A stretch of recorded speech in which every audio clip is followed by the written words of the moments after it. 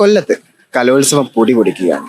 എല്ലാ കലോത്സവത്തിലും എന്ന പോലെ കൊല്ലത്തും ആള് കൂടുന്നൊരിനമാണ് നാടകം. ഒരുപാട് പ്രേക്ഷകരുള്ള നാടകത്തിന്റെ ഈറ്റിലമായിട്ടുള്ള കൊല്ലത്ത് നാടക മത്സരത്തിന് സമാനതകളില്ലാത്ത തിരക്കാണ് അനുഭവപ്പെട്ടുകൊണ്ടിരിക്കുന്നത്. പൊതുജനങ്ങളോടൊപ്പം തന്നെ നിരവധി താരങ്ങളും ഈ പ്രാവശ്യം നാടകം കാണാൻ വേണ്ടി എത്തിയിട്ടുണ്ട്.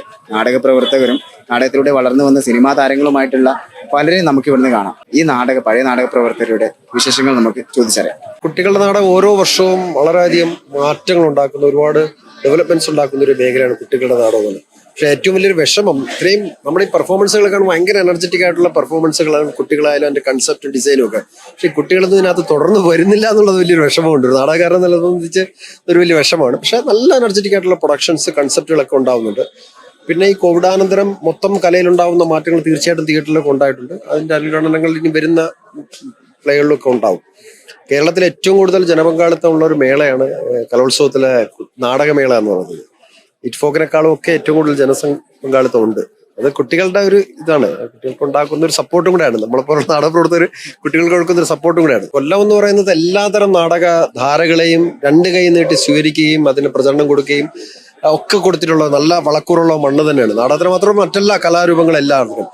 അപ്പൊ ഇവിടെ എല്ലാതരം നാടകങ്ങൾ, ഇപ്പം കമേഴ്ഷ്യൽ നാടകങ്ങളുണ്ട്, സീരിയസ് ആയിട്ട് തിയേറ്ററിൽ വർക്ക് ചെയ്യുന്നവരുണ്ട്, ഒരുപാട് നാടക ഗുരുക്കന്മാർ ഇവിടെ ഉണ്ടായിട്ടുണ്ട്, നാടക പ്രതിഭകളായിട്ടുള്ള നടന്മാര്, സംവിധാനമൊക്കെ ഉണ്ടായിട്ടുണ്ട്. പ്രത്യേകിച്ചും ഈ സോപാനം ഓടിച്ചിടുന്ന ഒരുപാട് നാഷണൽ ഇന്റർനാഷണൽ സെലിബ്രിറ്റികളായിട്ടുള്ള തിയേറ്റർ ആക്ടേഴ്സ് പെർഫോം ചെയ്തിട്ടുള്ള ഒരു വേദിയും കൂടെയാണ്. നല്ല അക്വസ്റ്റിക്, കേരളത്തിൽ എനിക്ക് തോന്നുന്നു ഏറ്റവും വളരെ അക്വസ്റ്റിക് ആയിട്ടുള്ള സൗണ്ടും ലൈറ്റും ചെയ്യാൻ പറ്റുന്ന ഒരു പെർഫോമൻസ് സ്റ്റേജും കൂടെയാണ് ഈ സോപാനം എന്ന് പറയുന്നത്. ഇതിനകത്തുള്ള ഏറ്റവും വലിയ ലിമിറ്റേഷൻ എന്ന് പറയുന്നത്, നമുക്കൊരു ഓപ്പൺ, സാധാരണ നാടകത്തിന് കിടക്കുന്ന ഒരു ഓപ്പൺ സ്പേസ് പോലെ ഒരുപാട് ക്രൗഡിന് ജനങ്ങളെ ഉൾപ്പെടുത്താൻ പറ്റുന്നില്ല. അതിന്റെ ഒരു വിഷമമുണ്ട്. പക്ഷെ കാണുന്നവർക്ക് എവിടെ ഇരുന്നാലും വളരെ കൃത്യമായിട്ട് കാണാനും കേൾക്കാനും പറ്റുന്ന ഒരു സംവിധാനമുണ്ട്. ഞാൻ അവരുടെ പാദങ്ങളിൽ തൊടുകയാണ്. കാരണം അത്ര മനോഹരമായിട്ടും നാടിനെ അറിഞ്ഞുമാണ് അവർ നാടകങ്ങൾ സൃഷ്ടിച്ചിരിക്കുന്നത്. അവരുടെ ശരീരം കൊണ്ട് പ്രകടിപ്പിക്കുന്ന അഭിനയ പാടവം ഞങ്ങളെയൊക്കെ കുറച്ചുകൂടി അപ്ഡേറ്റ് ചെയ്യാൻ പഠിപ്പിക്കുന്നുണ്ട്. അത് കാണാൻ തന്നെ ഞാൻ ഇവിടെ വന്നു. നിങ്ങൾ വെറുതെ വർത്താനം പറച്ചിലല്ല നാടകം എന്ന് പറയുന്നത്. അതിന്റെ അധ്വാനമുണ്ട്, അതിന്റെ വിയർപ്പുണ്ട്, അതിന്റെ മണമുണ്ട്, അതിന്റെ കണ്ണുനീരുണ്ട്. അതറിയാവുന്ന ഒരാളായതുകൊണ്ടാണ് ഞാൻ കുട്ടികൾ എങ്ങനെയാണ് ഈ നാടകത്തെ കാണുന്നത്, ഈ നാടകകാലത്തെ കാണുന്നത്, നാടിനെ അറിയുന്നതെന്ന് അറിയാനാണ് ഇവിടെ വന്നത്. ഞാൻ മനസ്സ് നടന്നാണ് ഇവിടെ നിന്ന് പോകുന്നത്. വിഷയങ്ങളിലോ വൈവിധ്യം ശരിക്കും നമുക്ക്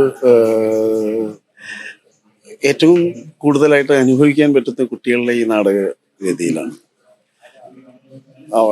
പുതിയ നടന്മാര് അവര് ഈ നാടകത്തെ എങ്ങനെയാണ് കാണുന്നതെന്ന് അവരിൽ നിന്ന് നമുക്ക് ഒരുപാട് പഠിക്കാനുണ്ടോ എന്നുള്ളതാണ് സത്യം.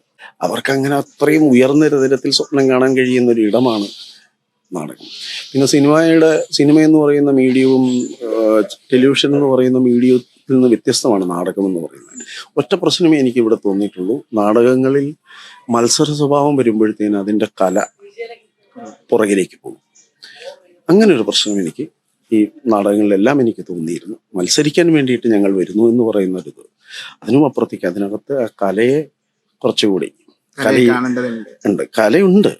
പക്ഷെ അത് കുറച്ചുകൂടി സീരിയസ് ആയിട്ട് കണ്ടു കഴിഞ്ഞാൽ മത്സരം മാറി നിൽക്കും, നാടകത്തിന്റെ ആ പരപ്പ് വലുതായിരിക്കും എന്നുള്ളത്. പുതിയ തലമുറ എന്ന് പറയുമ്പോൾ അവർക്ക് അവരുടേതായ സങ്കല്പങ്ങളിൽ, അവരുടേതായ ചിന്തകൾ, അവരുടേതായ ഭാവങ്ങൾ, നടനം ഒക്കെ മാറി മാറി വരുന്ന തലമുറകൾക്ക് പ്രചോദനം ചെയ്യത്തക്ക രീതിയിൽ നാടകത്തിൽ ഒരു പുതിയ പാത തന്നെ അവർ സൃഷ്ടിക്കുകയാണ്. കുട്ടികൾ നല്ല കലാകാരന്മാരും കലാകാരികളുമാണ്. ആ കുട്ടികളുടെ പലതും ഞാൻ കണ്ടതിൽ നല്ല ഭാവം, അഭിനയം, അവരുടെ ശബ്ദവും ചലനവും ഒക്കെ വളരെ മനോഹരമായിരിക്കുന്നു. നമ്മുടെ പഠിച്ചു വളർന്ന ആ കാലഘട്ടം അല്ല. നമ്മുടെ ഒരു ഏകാംഗ നാടകം എന്ന് പറയുമ്പോൾ അതിലൊരു അച്ഛൻ, അമ്മ, ഒരു കൊമേഡിയൻ, ഇങ്ങനെയൊക്കെയുള്ള സങ്കല്പങ്ങളാണ്. അതിൽ നിന്നൊക്കെ മാറ്റിമറിച്ചുകൊണ്ട് ഇന്നത്തെ ആനുകാലിക പ്രശ്നങ്ങളെ അവരുടേതായ ശൈലിയിൽ അത് ശരിക്കും നമ്മളത് ആസ്വദിക്കാനായിരുന്നെങ്കിൽ മാത്രമേ അതിൻ്റെ അന്തസത്ത നമുക്ക് മനസ്സിലാക്കാൻ കഴിയൂ. കുട്ടികളെല്ലാം ഗംഭീര നിലവാരമാണ്. ഓരോ വർഷം കഴിയുന്ന കുട്ടികളെ ഒന്നും പറയാനില്ല, എല്ലാവരും ഗംഭീര പെർഫോമൻസ് ആണ്. നമ്മളൊരു പെർഫോമറാണ്, അപ്പൊ അതുകൊണ്ട് തന്നെ ബാക്കി വളർന്നു വരുന്ന ആളുകള് അല്ലെങ്കിൽ കലോത്സവത്തിലൊക്കെ പങ്കെടുത്തിട്ടുണ്ടായി, നാടകത്തിലൊക്കെ? ഇല്ല, കലോത്സവത്തിൽ അങ്ങനെ പങ്കെടുത്തിട്ടില്ല. പക്ഷെ കലോത്സവം നമ്മൾ ആദ്യമായിട്ട് കലോത്സവം കാണുന്നത് കൊല്ലത്താണ്. 2008 കലോത്സവമാണ് ആദ്യമായിട്ട് കാണുന്നത്. അങ്ങനെയാണ് കലോത്സവം നാടകം കണ്ട് അങ്ങനെ നാടകത്തിനോട് ഇഷ്ടം തോന്നി. ഇപ്പം ഈ വർഷം നമ്മുടെ നാടകമുണ്ട്, സംസ്കൃത നാടകം ഉണ്ടായിരുന്നു. അത് കഴിഞ്ഞിട്ട് HS നാടകം ഉണ്ട്. നമ്മുടെ കൊല്ലം ജില്ലയിൽ നിന്ന് നമ്മുടെ കുട്ടികളാണ് കയറിയിരിക്കുന്നത്, കരുനാഗപ്പള്ളി ജില്ലയിൽ നിന്ന്. നാടകം മാത്രമല്ലല്ലോ, ലോകത്തെല്ലാം അപ്ഡേറ്റ് ആയിക്കൊണ്ടേയിരിക്കുമല്ലേ, കൂട്ടത്തിൽ നാടകവും എല്ലാവരും അപ്ഡേറ്റ് ആയിക്കൊണ്ടേയിരിക്കും. വേദിയിൽ നാടകം തകർക്കുകയാണ്. വേഷപ്പകർച്ചയുടെ പകർനാട്ടത്തിന് സാക്ഷികളായി കാണികൾ. നാടകവേദിയിൽ നിന്നും team movie world media. Al Azhar Group of Institutions, Perumpillichira, Thodupuzha.